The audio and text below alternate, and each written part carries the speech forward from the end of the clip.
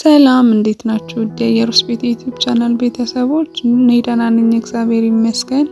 ዛሬም በሌላ ቪዲዮ መጥቻለሁ። በቦዲ ማስክ ውህድ ማለት ነው እና ይህ ውህድ የሚዘጋጀው ከስኳር፣ ከሎሚ፣ ከማርና ከኮኮናት ኦይል ነው ማለት ነው እና ውህዱን ስመጥነው አንድ ስኒ ስኳር ነው ያደረኩበት። ከፈለጋችሁ አንድ ኩባያም ታደርጋላችሁ እንዲቆይላችሁ፣ ወር ደግሞ በሰፊው መጠቀም ከፈለጋችሁ እናም 2 ማንኪያ ሎሚ ወይንም ደግሞ ግማሽ ሎሚ፣ 3 ማንኪያ ኮኮናት ኦይል እና 1 ማንኪያ ማር አድርጋችሁ ትጠቀሙታላችሁ ማለት ነው። ውህዱን ታዘጋጃላችሁ። ከዛን ይህንን ውህድ ሻወር በምትወስዱበት ጊዜ በሻወር ጄል ከመታጠባችሁ በፊት በደንብ አርጋችሁ እንደ ስክራብ መጠቀም ትችላላችሁ። ቆዳችሁን መቀባት ማሳጅ ማድረግ ትችላላችሁ ማለት ነውና ተጠቀሙም። በስተመጨረሻ የሞቱ የቆዳ ሴሎቻችሁን ለማስወገድ ባለፈው በመጀመሪያ ቪዲዮ እንዳልኩት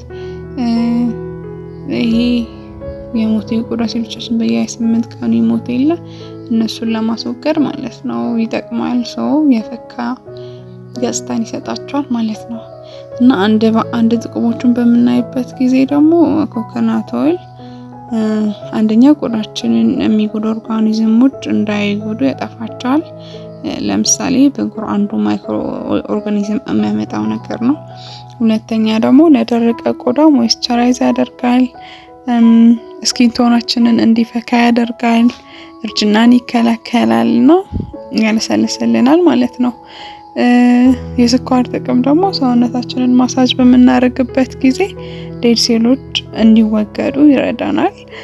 ማር ደግሞ የተጎዳ ቆዳን ያከምልናል ማለት ነው። ይሄ የደረቀ የተሰነጣጠቀ ምናምን ቆዳ ካለ እሱን ሞይስቸራይዝ በማድረግ ያከምልናል። ሎሚ ደግሞ ልክ እንደ ስኳሩ ቆሻሻን የሞተ ቆዳ ሴልን ያስወግድልናል በተለየ ሁኔታ ማለት ነው። ምክንያቱም ሲትሪክ አሲድ ስላለው በጣም ስትሮንግ ነው እና ያ ጥንካሬ ነው ከሌላ በተለየ በፈጠነ ሁኔታ ቆሻሻን የሚያስወግድልን።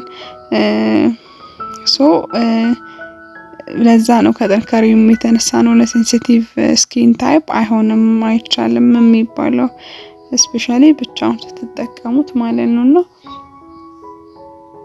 እዚህ ጋር እንደምታዩት እኔም ተጠቅሜ እያሳያችሁ ነው። ይህንን ነገር በሳምንት 2 ወይንም ደግሞ አንዴ ሌዚ ዴይ ለራሳችሁ ስትወስዱ በሌዚ ዴያችሁ ይሄ ለረጅም ሰዓት ሻወር በምትወስዱበት ጊዜ ተረጋግታችሁ ሰውነታችሁን ማሳጅ ያረጋችሁ መታጠብ ትችላላችሁ ማለት ነውና እንደምታዩት በደንብ አድርጌ እጄን እያሻው ነው።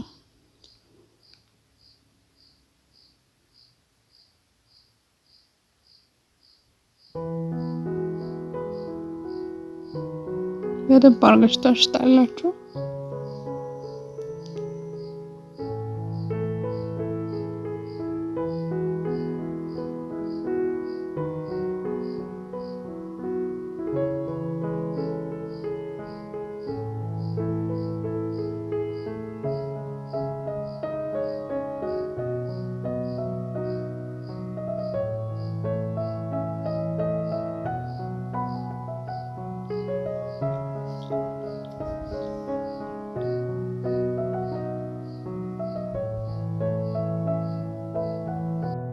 እና እዚህ ጋር እንደምታዩት ከታጠብኩት በኋላ እጅ እንዴት እንደለሰለሰ እንዴት እንዳማረበት በሌላ ቪዲዮ እስከምንገናኝ ደህና ሁኑ።